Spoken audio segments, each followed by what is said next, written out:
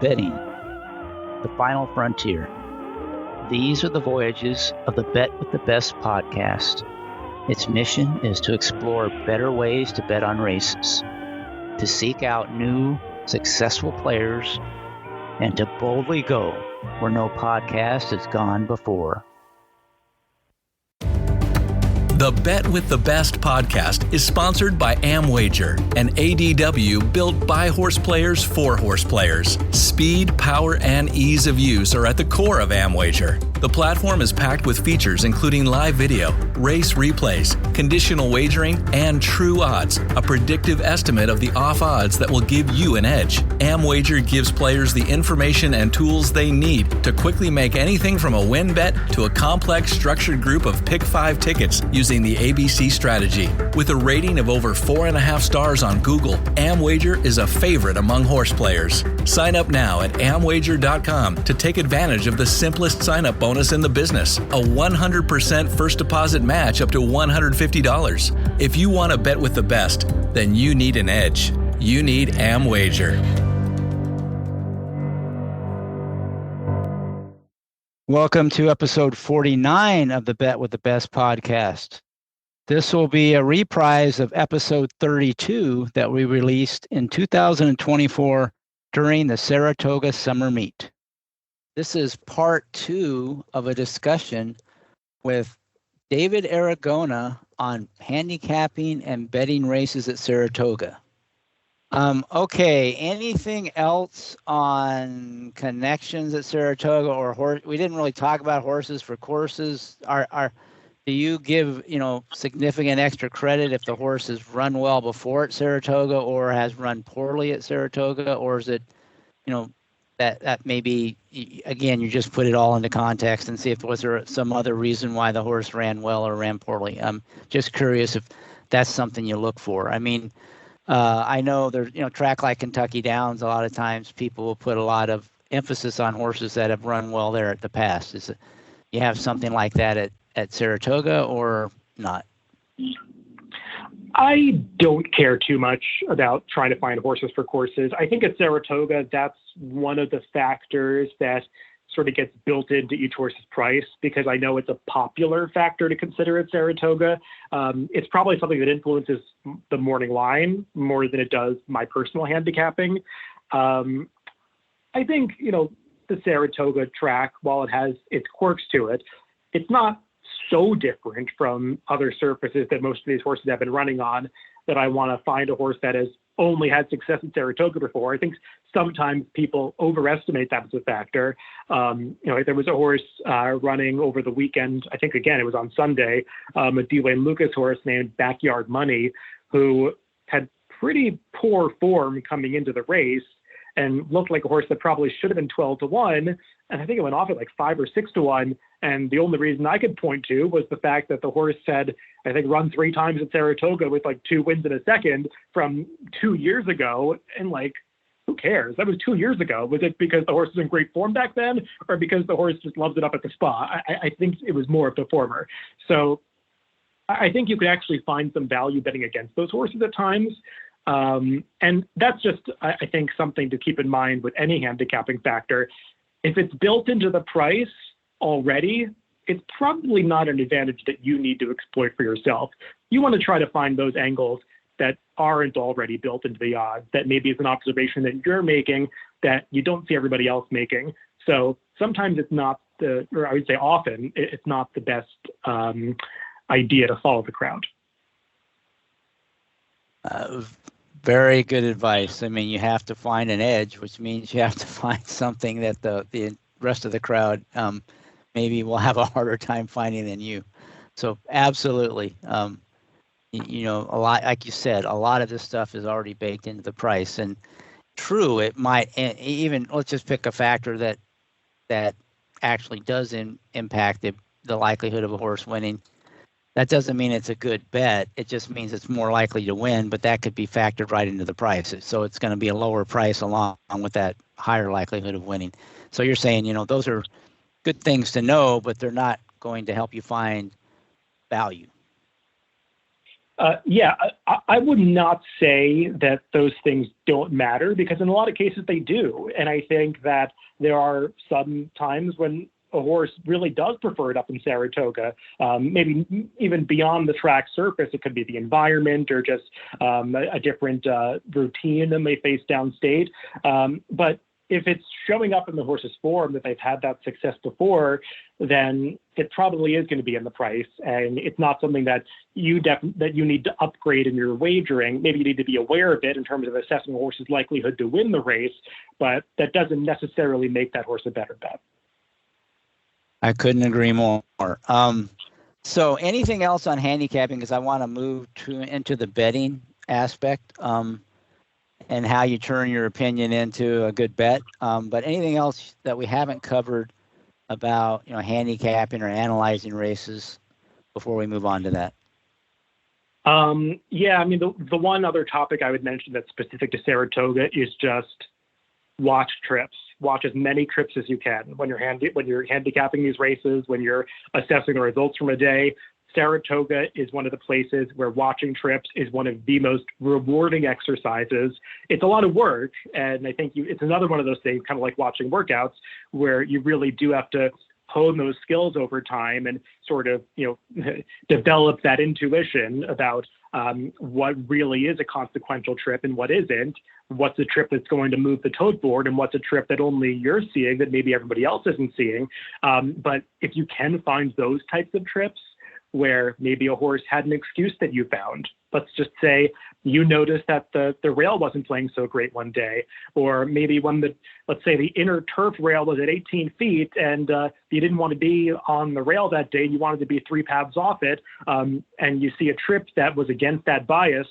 Those are the types of situations that you can really exploit at Saratoga, because information that's that specific is not going to be widely disseminated. So I find it really important at Saratoga to keep those notes. I use, people have all different methods for using notes. I like to use Formulator and Timesful US. We have a notes feature where you can add, notes about the horse's trip, the race day, track biases, the card in general. So, I try to keep track of that stuff as much as I can, because there's so many races at Saratoga and so many horses. It's tough to just hold everything in your brain. So I think doing that work to make those notes for yourself, or those breadcrumbs to find when those horses come back in the PPs, that can really pay off if you put in that work during the Saratoga meet. So you talked about how some trips are maybe more obvious and might actually get baked into the price, and some are more subtle.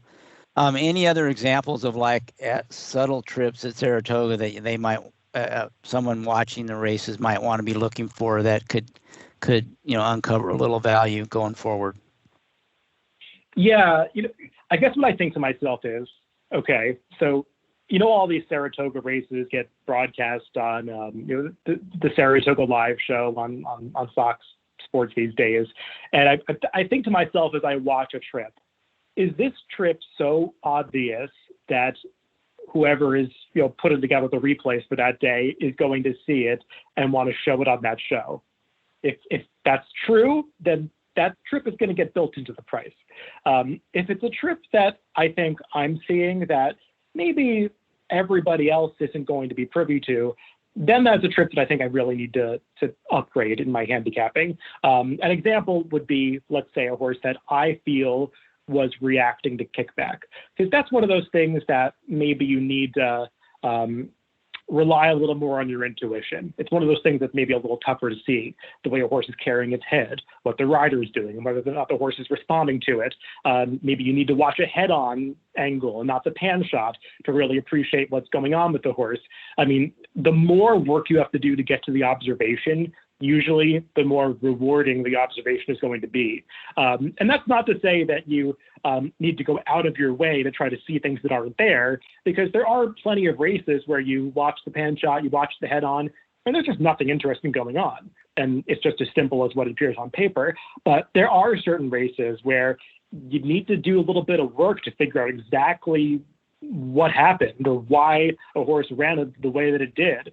And if you put in that work and let's say you uncover something that you had to do a little bit of work to find, those are the most worthwhile observations.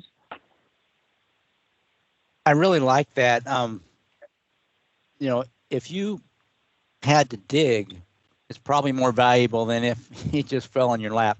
And trips are a great example. I mean, I've been doing this for a long time, and there was a time where it was really hard to do trip handicapping because there weren't race replays, and people had to do it live. With maybe you get a replay you could watch on the monitor right after the race. So, doing trips then, just about anything you saw had a lot of value. Now, it's so much easier to watch a race that you do have to dig a little deeper. So I really like that point. Yeah, and one more point I'll make about that is I think a lot of the trips that tend to get overbet are the obvious trouble trips in terms of like a horse getting cut off in the stretch or a horse running into traffic. I mean, those are the kind of trips that I think get a little bit overblown in terms of their importance. I think of this Wesley Ward horse that ran on, I want to say it was Friday. It was a 5.5 furlong turf sprint. It was the number 7 horse. I wish I could remember the horse's name right now. Tunisian Spring, that's the horse's name. And it just ran into traffic at the 8th pole, and you could see just to totally have to stomp on the brakes, and was probably going to win if not running into that traffic, maybe win by a head if it didn't have the traffic, but ended up finishing 5th. But it was like the most obvious trip. It was, in the short comment in the form, you watch the replay, you couldn't miss it. The jockey had to ease the horse across the wire. But you have to go through the mental exercise in that kind of situation. Okay, so this horse might have won the race. It was that significant. So how would this horse have won the race? And when you look back, the horse was closing. It was at extremely fast pace. So, okay, this horse would have won the race maybe with a perfect trip. So if this horse hadn't had the trouble, it would be a horse I want to bet against as the winner of the race. How are they going to bet this horse? Well, they're going to bet the horse like it won the race because everyone sees the trouble. So they're going to bet this horse like it's a perfect trip, but thinking that they're getting value that they're not getting. So that's a horse that you're actually supposed to be against. That I think that horse went off a favorite, and it ran okay. It was 3rd, but the point is, it was bad value.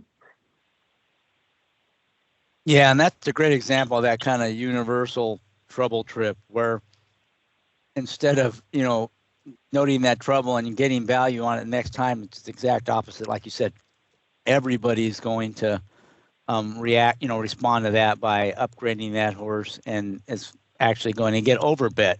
So that's a great example of how information can get baked into the price, sometimes overbaked into the price, and other times, you can get information that isn't, and that's where you get the value. So any other examples, especially maybe unique to Saratoga, where you can find those more subtle trips, maybe an example of a subtle trip that you could look for that wouldn't show up on the radar for most people, even the ones that, watch the replays?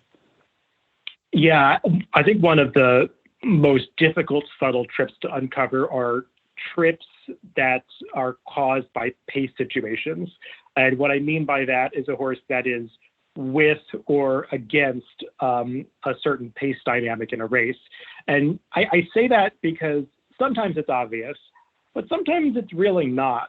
And paces are often misunderstood. I think anybody, and this is most handicappers, anybody who is just assessing pace by using raw fractions is often misled way off the true path because raw fractions are highly misleading. We talked about it with those Wilson Chute races, how the fractions cannot be taken at face value. And every race in the United States, almost every race in the United States is run with a run-up, which always influence pace. So I think you really have to be using some sort of reliable pace figure if you're going to consider yourself a pace handicapper. Personally, I mean, I'm a little biased. I think Craig Mulkowski makes some of the best pace figures out there, for Timeform US. So, I mean, I think Timeform US is a great tool to use because you can find horses. It's plainly apparent on the page. We color code things, blue for slow paces, red for fast paces, and you can find horses that were with or against dynamics. But sometimes you have to look even deeper than that. Sometimes a pace will look like it's fast, but it'll completely hold together. So I think you have to weigh both things, race flow versus pace. Sometimes those two things work together, but sometimes they are at odds with each other. So I think that pace handicapping is often, people make it sound simpler than it is. But if you can sort of get a well-rounded view of how a race shaped up and where the advantages and disadvantages really were for each horse in the race, then I think you can more better ascertain the upgrades and downgrades from that race. So you're factoring the pace in with the trip, as part of your trip handicapping, it sounds like. 100%. Like, there could be a turf race where maybe it's not super obvious based on the raw fractions, but it was a complete pace collapse. Maybe you have to look at the chart to see that it was a pace collapse or watch the race. But let's say it was a total pace collapse. And maybe there's a horse that finished fourth in that race that was in attendance to that pace, where the horses that it was tracking fated to be last and second to last. I'm actually talking about a specific race from the Horses to Watch show I just did on YouTube a little earlier today, that I record for Daily Racing Forum's YouTube channel, where I try to find some trip horses. And it was a very similar situation to that, where it's a pace situation that probably isn't going to be super obvious when the horse runs back. But when you watch the replay, it's plainly apparent that there was one horse that survived a really difficult pace scenario. And those are the kinds of trips that I think can fly under the radar a little bit. That's good. Anything else on the trips before we go on to the betting? No, I think we covered that topic pretty well. Okay, great. So let's talk about betting. And when we were prepping for this show, you had some great ideas about how you look at looking for the value and how you try to assess the smart money, and that where there's signal in the tote and what kind of signals it giving you. So why don't you share some of your thinking in that regard? Yeah, I think we've touched upon a little bit of it already in terms of just finding the factors at Saratoga that are already going to be baked into the price. And, workout reports are something that I think has really gained traction at Saratoga. I think people have seen them work over time. There are a few out there. The Deer Clock Report is one that I know a lot of people use. It gets talked about on TV. I like to be aware of how horses are training, and I watch a lot of workouts myself. But it is one of those things that can be built into the price. And the money at Saratoga is very sophisticated and very smart. And that's just one example of, let's say you're looking at the clock report, you see that you found some horse that has a string of B+ workouts. Well, that might be good for your horse's chances of winning. It could be pretty bad for you getting value on that horse, because that's going to move the tote board. So often when I look at that report, I'll look for the horses that I obviously have the favorable write-ups, but I'll also kind of want to be aware when I'm going to bet those races that I might expect shorter prices on those horses. So Saratoga, I think one of the difficult things to do especially when you're doing your handicapping in advance, is trying to thread that needle of finding a horse that is clever enough to be interesting in the race, but not so clever that everyone is going to see the angle pointing to that horse. So, you want to find that 6-to-1 shot in your estimation that is actually, that horse that should be 4-to-1 that's going off at 6-to-1 on the tote board. And easier said than done, especially in a place like Saratoga. But I think if you're aware of those factors that are going to move the tote board, then you can better set your opinions as to what the prices are going to be and find the horses that actually are going to be the true value. And look, I know everyone out there who handicaps the races is not a morning line maker, and I probably speak about these things with my morning line hat on as well, because I do think it's helped my handicapping to set the morning line and have some expectation of what the prices are going to be. Not that I'm always right, because I get plenty of things wrong, but going through that exercise of feeling like what factors are going to move the tote board, I think it helps you kind of inform those contrarian opinions ahead of time. And we all want to have opinions going into the day. I mean, I think it's hard, especially in a place like Saratoga, to open up the forum with 10 minutes to post and figure out what the right bet is. A lot of these races require some level of work. And I think when you're doing that work ahead of time, kind of knowing which factors are the factors that you really should emphasize in the way you structure your wagers is especially valuable. Yeah, that's really good. I mean, I like the way you're coming at it from the perspective of the morning line. You know, what are the factors that typically do get baked into the price? And you know, we talked about some certain types of trips might get overbet. I think certain types of workout reports can be the same way. I mean, horses get ridiculously bet sometimes off those reports. So what, if you could, you know, from your morning line perspective, what are the major, you know, things that move the needle in terms of the prices? You know, what would you rank, you know, when you're looking at the morning line and you're saying, okay, who's going to be the favorite? You know, what are the things that would kind of, you'd start ticking off that would be indicators this horse is going to get heavily bet? We already talked about maybe workout reports, especially probably for the younger horses, but what are the other, you know, big factors, even some of the obvious ones, but just when you're doing your morning line, what are the things you're looking for? Yeah, I mean, I guess when I'm going through the process of making the morning line, I mean, let's say it's just a regular race with form, not one of those races full of first-time starters. If the race has form, obviously you're starting with the speed figures. You're trying to find the horses that are the fastest. But it's not just the speed figures. You're trying to find, because the public is smart enough to know which speed figures to focus on. If it's a turf route, they're not going to care too much about high dirt sprint speed figures generally. Sometimes those surface switchers will take money if they're in the right barns, but typically, you know, the public is good at sussing out which speed figures link up to today's conditions. So I look at that.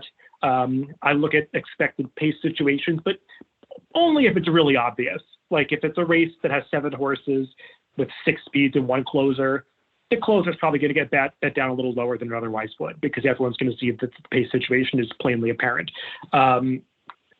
Jockeys, trainers, obviously those are built into the price, especially if they're the top jockeys and trainers. Chad Proud and Irad Ortiz, always going to take a ton of money. And then, you know, once we get past those things, then we're probably going down to the next tier of factors that'll move the board. I think that's where the workouts come in. That's where horses for course come in. And, you know, I could keep going down the list. There are plenty of other factors, but if you're trying to assess what's going to move the board generally, I think you're kind of stuck with those things primarily. And then there will be those special case situations, like you mentioned, like a really obvious trip that maybe is such a talking point in a race that it's going to obscure a lot of other factors. You know, I brought up that Dallas Stewart first-time starter that won over the weekend at Saratoga on Saturday. I mean, in that race, there was one of the most obvious trip horses of the entire week. That D. Wayne Lucas horse that finished second, where if you just look at the result on paper, that horse probably should be 15-1 in its second start, but the trip was so terrible and so hard to miss that you just kind of knew that horse was going to take money. And I think I made it the second choice on the line, and it was. But I think in those situations, you have to sort of realize that a factor that maybe you're stumbling upon is so obvious and so significant that it's going to be upgraded to one of those higher tiers of factors that are going to move the tote board. That's really good. I think players should probably think a little bit more about that, understanding, you know, is this something that's going to give me an edge, or is this something baked into the price? Because you really want to understand where you think your edge is coming from. So if, you know, why you think this horse is going to be a higher price than it should be. And if the reasons you can come up with are, it's got, you know, a fast speed figure, or it's trained by Chad Brown, or it had this, you know, obvious bad trip, you know, those aren't reasons to think that you have uncovered value. And I think thinking that way really is important to being able to move from being able just to pick winners to find value. So I do see how having to make a morning line could make you better at the betting side. It may not change your handicapping, but it definitely could improve you as a bettor, I would think. Have you experienced that, do you think? Yeah, I would say I definitely have. And I think it's been a difficult adjustment because it's not necessarily changing the things that you find through the handicapping process.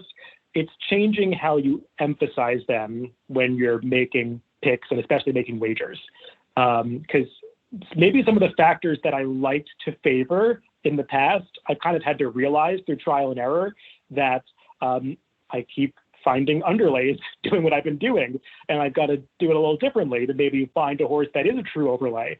And I maybe need to, if I'm considering two horses in a race as the ones that I think are interesting, I need to say to myself, not which one of these is more likely to win, but which one of these is more likely to fly under the radar, the angle that's bringing me each of these horses, which one is going to be more apparent to everybody else. So I definitely go through that conversation with myself when I'm handicapping these days. And I probably didn't do that as much before I was making the lines, because just through the process of making the lines, you kind of have to make those decisions for yourself about which are the factors that are going to influence the tote board. So when you have that awareness, then you should apply it to your handicapping. I think it would be, you'd be missing a real opportunity not to. I absolutely agree. And I think there are a lot of players who don't think in those terms. They're really just focused on which horse is most likely to win. What are the factors that help me determine that? And that's important. You need to understand that. But if you really want to make a good bet, you have to understand, which are the factors that will help me find an edge where this horse will go off at a price that's higher than it probably should be, because not every, the general public, and I'm using that term loosely, but the other people in the pools may not understand the value of this in the way that I do. And I think that's really the mindset, the kind of shift in mindset you have to make if you want to get beyond just trying to pick winners to trying to be a successful player, is being able to think in those terms. So I really like what you've been saying in that regard. And I can see where, having to make a morning line, forcing you to really understand what are the factors that move the needle in terms of odds and prices, can be really valuable in becoming a better. And so I really appreciate those comments. And I think the listeners can probably learn a lot if they think about that. And so that's great stuff. So let's talk a little bit about your betting and what sort of bets you like to make, and especially at Saratoga, are there certain kinds of races you target that you're typically interested in, certain types of bets, whether vertical or horizontal, that you like to focus on? Just kind of, how do you approach the betting side? I'm definitely somebody who tries to diversify with the types of bets that I place. I'm not somebody who sort of like comes at a card thinking ahead of time, well, I'm going to attack this sequence just because I like to attack these types of sequences. I sort of do the handicapping, and then from there, based on my opinions, try to decide, well, what are the bets that fit how this card looks to me? And sometimes that is going to incorporate some of the tougher multi-race wagers, but I definitely in the past have fallen into the trap of focusing way too much on trying to hit those wagers, like the pick fives, the pick sixes, the pick fours, and it can be tough going. And at Saratoga, especially if you're playing those wagers without a really clear focus or a great strategy in terms of how to make them affordable for yourself, you can go broke real fast if you're not playing those wagers smartly. So I have not liked falling into the pitfall of focusing way too much on a multi-race sequence and sort of using my bankroll in that way, and then missing maybe an opportunity for a good winner exacta bet. I always come away from those days feeling like I messed up, or I did not allocate my funds properly. So what I try to do is sort of start with those vertical wagers and like plan out, my attack of, okay, well, these are the win bets throughout the day. Obviously, I've got prices that I think are going to be fair on these horses. I'm not going to play them to win if they're not the prices that I think they're going to be, but these are the places where I think that there's opportunity to get involved in the vertical pools. And maybe I'll branch out into some exactas and trifectas, but it's going to depend on the situation, the type of race that it is. I'm not somebody who wants to just be throwing 5 horses into an exacta box. I want to have specific horses that I'm keying wagers around that I think are going to be value horses that are offering the right price based on what I believe their chances of winning or hitting that position are. So I'll structure wagers around those horses. And then if it's looking like one of those multi-race sequences is attainable, I'll try to put something together. I usually, if I'm playing those wagers, like a pick 5, I'll try to use some modified version of that ABC method that Steve Christ is I guess he came up with it or is a proponent of it at the very least. But what I try to do when I'm creating an ABC type wager for a multi-race sequence is not just sort of rank the horses willy-nilly by chances of winning. I think that's a trap that a lot of people fall into, and it's what makes their ABC wagers really no better than a caveman wager.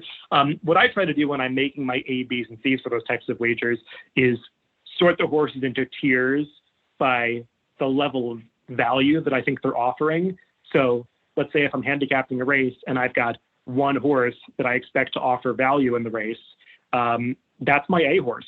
Maybe it's a 10-to-1 shot that I think is supposed to be 6-to-1. Well, that's the A horse, and everybody else is going to be a lower tier than that because in that situation, with probably nobody else offering great value in the race. And then I'll try to make my B horses that I think have a good chance to win, and aren't really negative value horses. They're just not really impacting the overall value of the ticket. And, my C horses, I think a lot of people try to just throw long shots in as Cs. I'll try to throw in as C horses those that might actually have negative value in terms of impacting the that for that individual race, like maybe a horse that is 7-2 on the tote board that I think should be 5-1, but because I think it should be 5-1, that's still a 16% chance to win the race. So if I feel good about the other legs of my sequence, I'm not going to leave that horse out of the wager completely just because it's offering negative value in that particular race. I'm going to use it with my other opinions throughout the sequence that I think are compensating for the value I'm losing in that leg. So that's how I kind of would use the C of the ABC type of wager. And that's the strategy that I kind of like to play. And when you use that strategy, it quickly slims down your tickets a lot. And you don't have to invest as much as maybe you would have if you were including every kind of horse that you would like in a caveman wager. So when your tickets are slimmed down that much, as mine typically are, then maybe I'll look at the horses that I played and say, okay, what's kind of out of the typical ABC wager structure? Maybe it's linking together 3 B horses, or I'll sort of look at the horses in each race and figure out those that maybe aren't covered in the grid that I laid out or aren't going to be part of a play that's strung together from that grid. And I will try to string them together into some extra plays on top of that. But that's sort of how I think about those multi-race sequences. But the point I'm making is I try to diversify the money that I'm laying out there, not just focused on hitting one type of wager. I'm trying to make the most of the opinions that I have heading into the day. And often that means playing different types of wagers horizontally and vertically. So let me try to summarize a little bit of what you said, and you can tell me if I captured it correctly. So it seems like you're trying to find some value plays on the card. So you might find 1 or 2 horses that you think will offer value. Their prices will be significantly higher than you think they should be based on your analysis. So you have those, and then depending on your opinion of the other races and the other horses within each of those races, you'll kind of start with a win bet, and then you'll do what I call kind of inside out betting, where you may see if you have an opinion within the race. You might look at exactas or trifectas or even superfectas, or if there's an adjacent race or some adjacent races, You might even build out with doubles or pick threes, but you're starting with those, value horses and kind of the core play as a win bet. And then depending on what else is offered in terms of your opinions on the other races or the other horses, you build out from that. Is that a fair assessment, or would you characterize it differently? No, I think that's pretty much how I like to think about those approaching those wagers, at least the vertical wagers. Yeah. So, and then I just kind of summarize on your the picks. You kind of use ABC, but it's not like A is the most likely winner, B's are your second and third most likely winner, and your C's are some long shots you throw in, which is just the way a lot of people play it. You're not doing that. Your A's are the horses you think provide value, assuming you have a horse. You may have legs that you're forced to play that don't, but for the legs where you do have an opinion and you think you found a horse that offers value, that would be your A horse. Or if there's two of them, those would be your A horses. That's kind of how you focus that top line. And that way ensures that if you play the ABC method and you have to, you might play it where you can have two B's or, one or two B's could win and you still cash.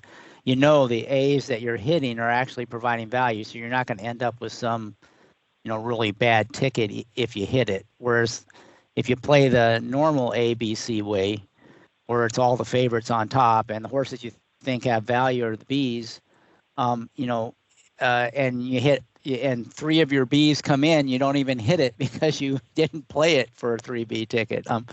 I've always joked that people, when they structure tickets that way, they almost make it impossible to make a big score because the way they structure it, and they make it very possible that they'll end up cashing the ticket and maybe even losing money. So I kind of went beyond what you said, but would you say that, that's kind of how you focus it, kind of value focused at the top?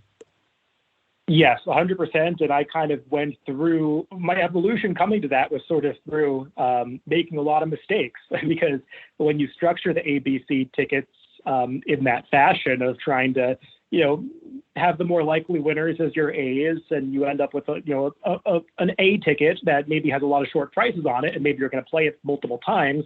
You tend, in those situations, you'll see a lot of times that the winning combination will be horses that you used, but there'll be a lot of B's and C's. So I kind of tried to think to myself, well, how do I make those B's and C's into A horses? And it's sort of changing the way you think about the ABC structure into maybe this horse wasn't going to be, maybe this wouldn't be a top pick for a lot of people because it's not one of the more likely winners, but it's going to be a separator in a pick five sequence. It's a horse that maybe other people aren't leaning on as heavily as you're going to. So that's the kind of horse that you want to upgrade. That's kind of how I evolved to use that method. Circling back to the vertical wagers, I think that you don't want to get bogged down in trying to hit too many fancy combinations. I think that you always want to come back to your core opinion about the race, or at least that's how I play. But I also don't, I've had to kind of teach myself not to get afraid to branch out into some more complicated wagers. Like I used to be somebody who would almost never play trifectas. I would tackle some pick fives. I would play the horses that I really thought were great value to win. I'd back up with exactas, using those horses, and then wouldn't even really get into the trifecta game. But as I was sort of looking back over my own results of betting, which I think everybody should do, I kind of noticed that the rare times I would play trifectas, I actually was doing way better playing trifectas than I was exactas. And I think exactas were some of the wagers that I was playing in the highest proportional volume of all vertical wagers. And I was realizing like, well, wait a minute, I'm doing way better in terms of my ROI with trifectas than exactas. So I kind of had to think to myself, maybe I'm just better at structuring those types of wagers and these types of wagers. And when you're betting, you have to be honest with yourself about what your strengths and weaknesses are. So I have started playing a lot more trifectas over the years. I think that's helped because I think a trifecta strategy I like to use a lot is finding that horse that I think is going to offer value, which is often my top pick. the horse that I might write about when I'm doing my highlights for the NYRA races.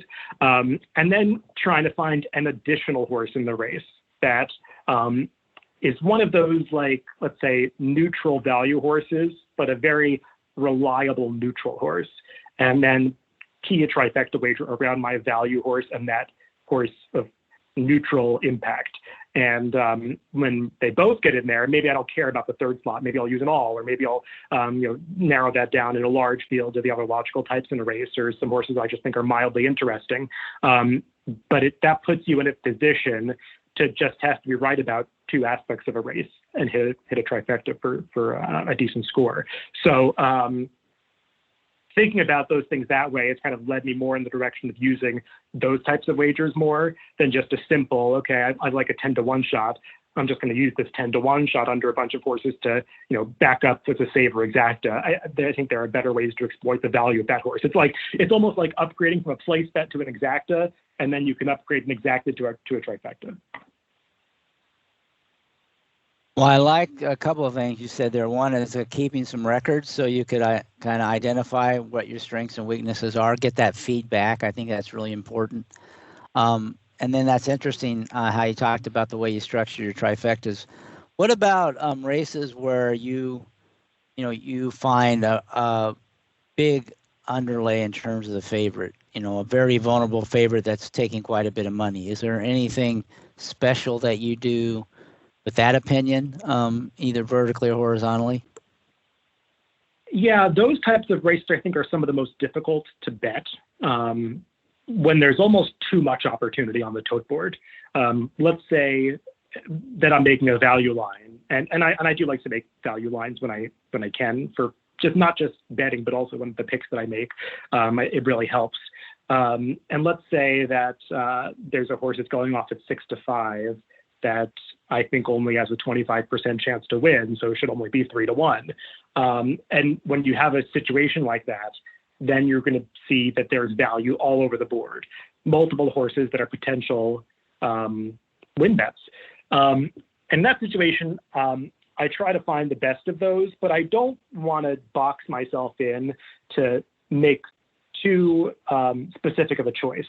I think in situations like that, you have to acknowledge that there's value all over the place, and you don't want to say, okay, I'm only going to take advantage of this one horse that I think is value at expense of all the others.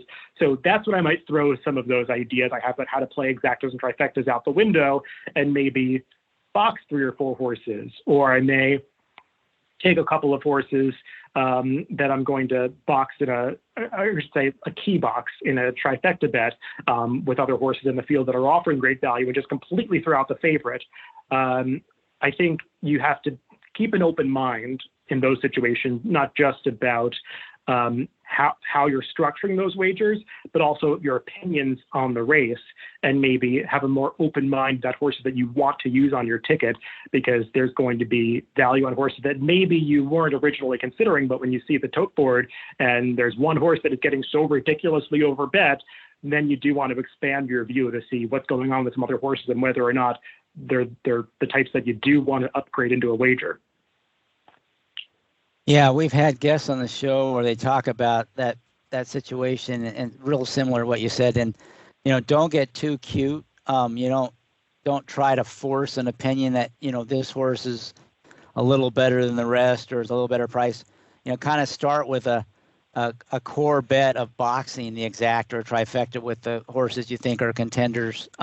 Tossing the favorite, and then if you do have a second opinion, like maybe one of them is a really big price, or there is one you like a little more, you can press that, but don't just try to thread the needle when you can make a pretty decent return, just with a fairly conservative play. Start with that, and then you can always try to go for the kill shot, as Mike Mullane would say, with a more a tighter play with maybe one big priced horse, to the horse you like a little more keen, that one. So I think that's kind of what you're saying, and that's pretty consistent with what we've heard with some prior guests as well.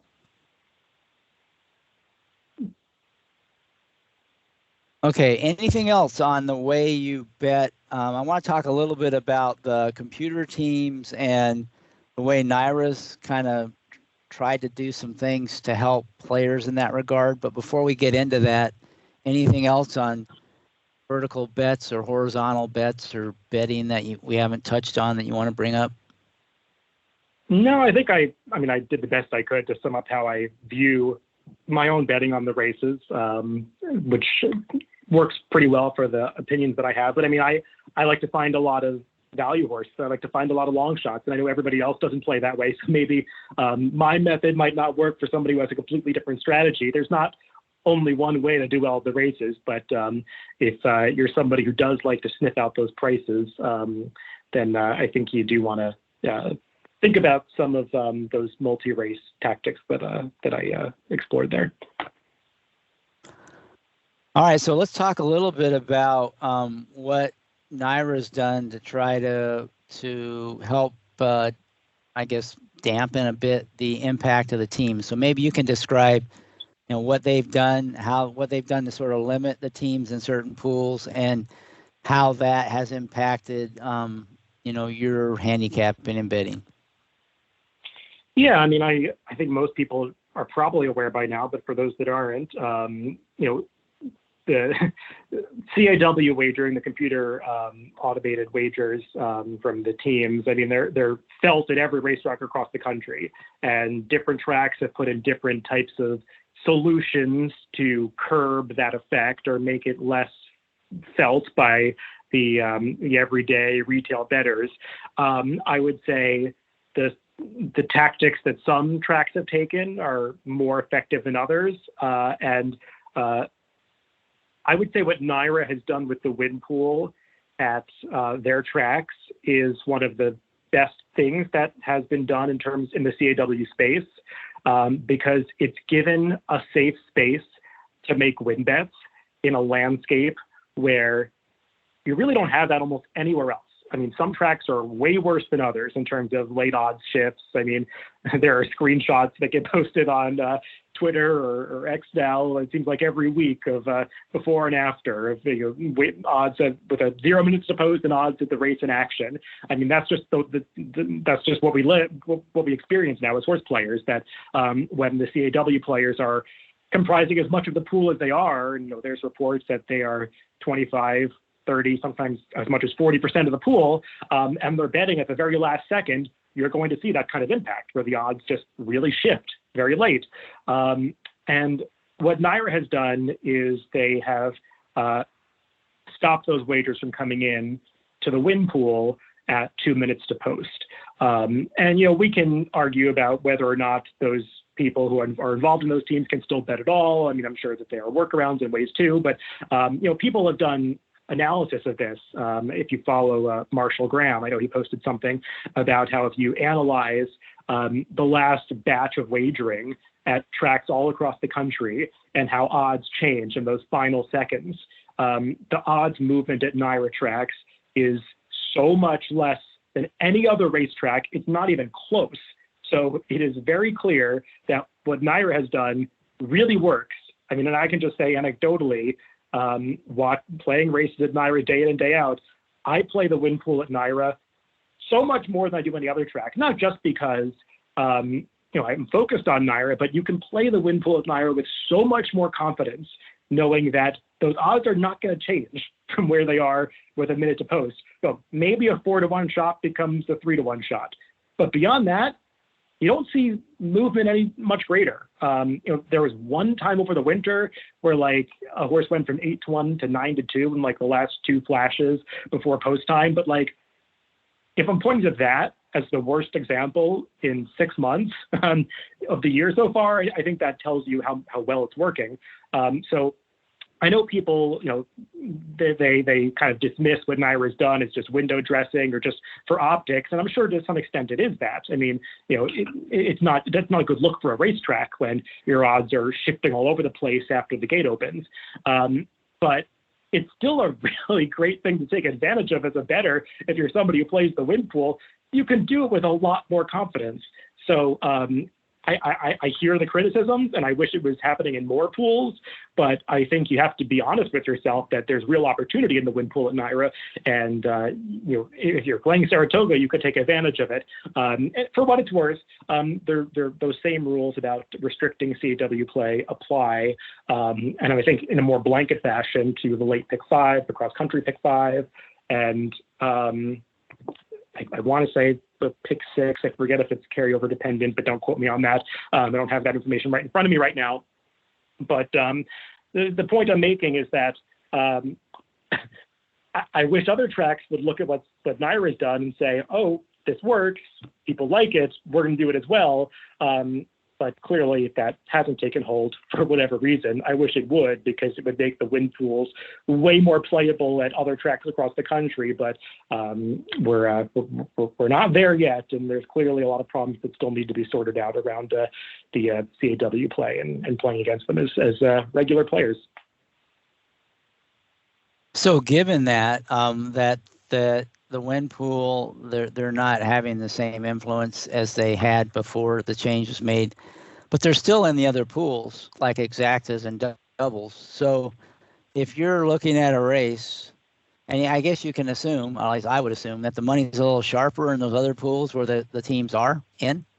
Do you ever do any like comparing the double will pays to the current win price, or the exacta prices to the win price, and you see a disparity? Does that impact the way you're going to bet that race? Do you use that information in any way in terms of how you're going to bet that race? I wouldn't say that I use it in handicapping. I don't know if there's any real value to just following the CAW money. I haven't done any data on that. I haven't really thought about it too much. I would guess no, but you definitely do see differences in how the win pool is bet compared to the other pools, doubles and exactas. And I think people in criticizing when they see discrepancies between those pools are not really appreciating what they have been given. And I wish that they were given more, but that's obviously not where we are. I wish that there were more restrictions placed, but I mean, that's a separate conversation for another day. But like, let's just say that we're looking at the results of a race and you see prices in the win pool that suggest that the exacta should pay X amount, and maybe the exacta is paying half of that amount. And, people will look at that and say, oh, something nefarious is going on. They knew what was happening. It's terrible value. This is awful. And you see that happen way more at NYRA than any other tracks these days. But the reason is because the win pool and how the horses are priced in the win pool is now significantly disconnected from the other pools, where you get that correction of what the CAW team's algorithms say that the fair odds should be, and that money is going to pour in at the last second to correct the odds to where they think that they should end up. And that correction never happens in the win pool. So maybe a horse that you got 10-1 on might have dropped to 5-1 at the last flash if that race were run at another track. But because that race was run at NYRA, that drop will happen in the exacta, and your exacta price might get crushed. But if you bet that horse in the win pool, you're still going to get that $22 to win. So I think, I get that it annoys people and it makes them confused, and they're used to, calculating payouts in their head and knowing what things should and should not pay. But what I would say is, look at it from the other end. There's an opportunity there. If those pools are so disconnected, well, then there's value in one of them. Just run to the value, and often the value's in the win pool. So, I mean, I think if you're seeing that, I know people just gripe about it, but you can also do something about it and make it an advantage for yourself. Yeah, and I think the exacta pool, maybe not so much so, because those late odds changes are going to come in, and there's not much you can do unless you're really sophisticated to anticipate that's going to happen. But I do think if we go back to the doubles, the CAW money's already in. And if a horse based on will pay should be 4-1, and in the win pool it's 7 or 8-1, to me, you should factor that in to your value equation. And you think the horse is probably more of a 4-1 horse. This is one you thought was going to be value. Well, to me, that that just reinforces the fact that, you are getting value in that win pool, and you can actually use that signal from the double that the teams are giving you as to help inform your opinion. That versus where the exacta, you're right, after the fact you can go back and see, wow, the teams were on this horse, but it's kind of hard to do that in advance. But looking at the doubles, that's something that the odds are all, those prices have all been locked in at the end of the previous race. So that's one way, I think, again, like you said, you can look at it as an opportunity rather than as or a feature rather than a bug. And that's one of the ways I think you can take advantage of it is you actually, for the first time, you're getting that teams are giving you a price signal rather than the other way around. And, that's valuable information that you should incorporate into your thinking, I think. Yeah, I think in theory that makes a lot of sense. If you have no handicapping opinions and you're just going into the day to use some angle to bet the races, that's probably not the worst angle to use. Just looking for those values in the doubles. What I would say about that though is I think Pat Cummings has written about this or mentioned it in a Twitter thread that the double pools have gotten a little weird lately. I mean, I'm talking about in the last couple of years. And I had noticed this anecdotally since I follow the odds so closely, just trying to see if my lines are right or not. But I've noticed that the doubles have gotten a little out of whack and sometimes don't align with the pick threes. And I know Pat was saying that the CAW teams have sort of had to adjust, that the public at large is almost too aware for their liking of where the odds are going to go, because it's become way more. Everyone has this base knowledge now that you can look at the daily double pools to figure out your win bets. And I think the public got a little too smart with that. And maybe they've shifted more to pick threes. I know Pat was saying something to that effect. So sometimes you see more the pick three be a better indicator of where that money is going in the double these days. And sometimes you see the double and the pick three be really out of sync with each other. That, again, we're getting into another topic, but I think that's something to be aware of if you're looking at those pools or trying to play with that strategy. Yeah, that's even better though, because if you use that pick three, then not only are you getting signal from the teams, but maybe you're getting signal that a lot of other players are focused on the double. So I mean, again, it's just another opportunity.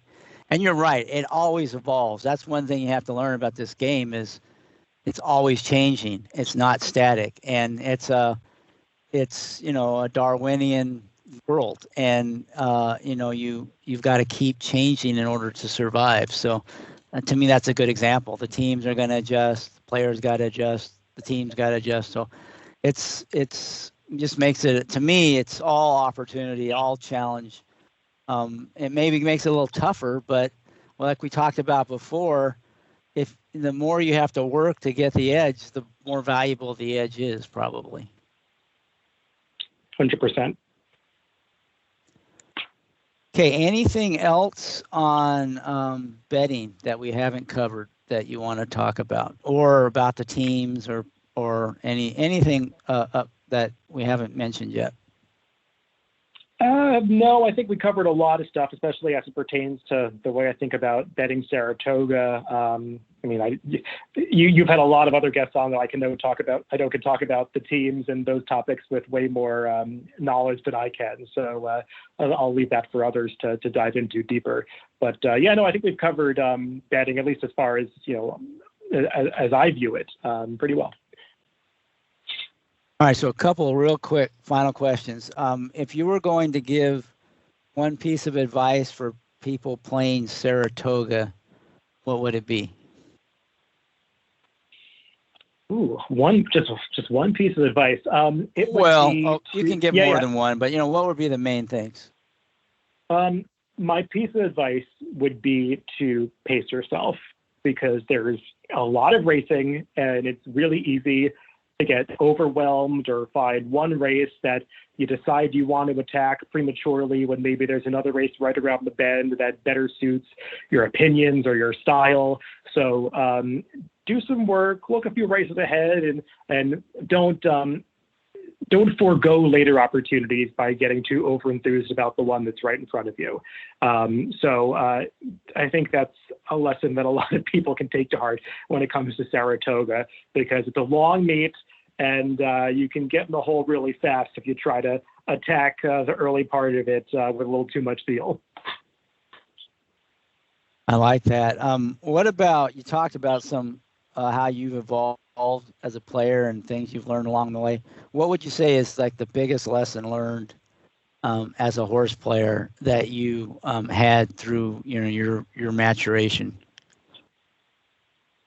It's something that we got at a little bit earlier, which is that it's okay to just skip some races. It's okay to not have opinions. You don't have to force yourself into having opinions about every single thing. And that can be a tough thing to do if you're just a naturally opinionated person. And if you're somebody that likes to debate your horse racing opinions with other people, which is certainly true of me, that you have a tendency to sort of force yourself to think your opinions are maybe stronger than they really are.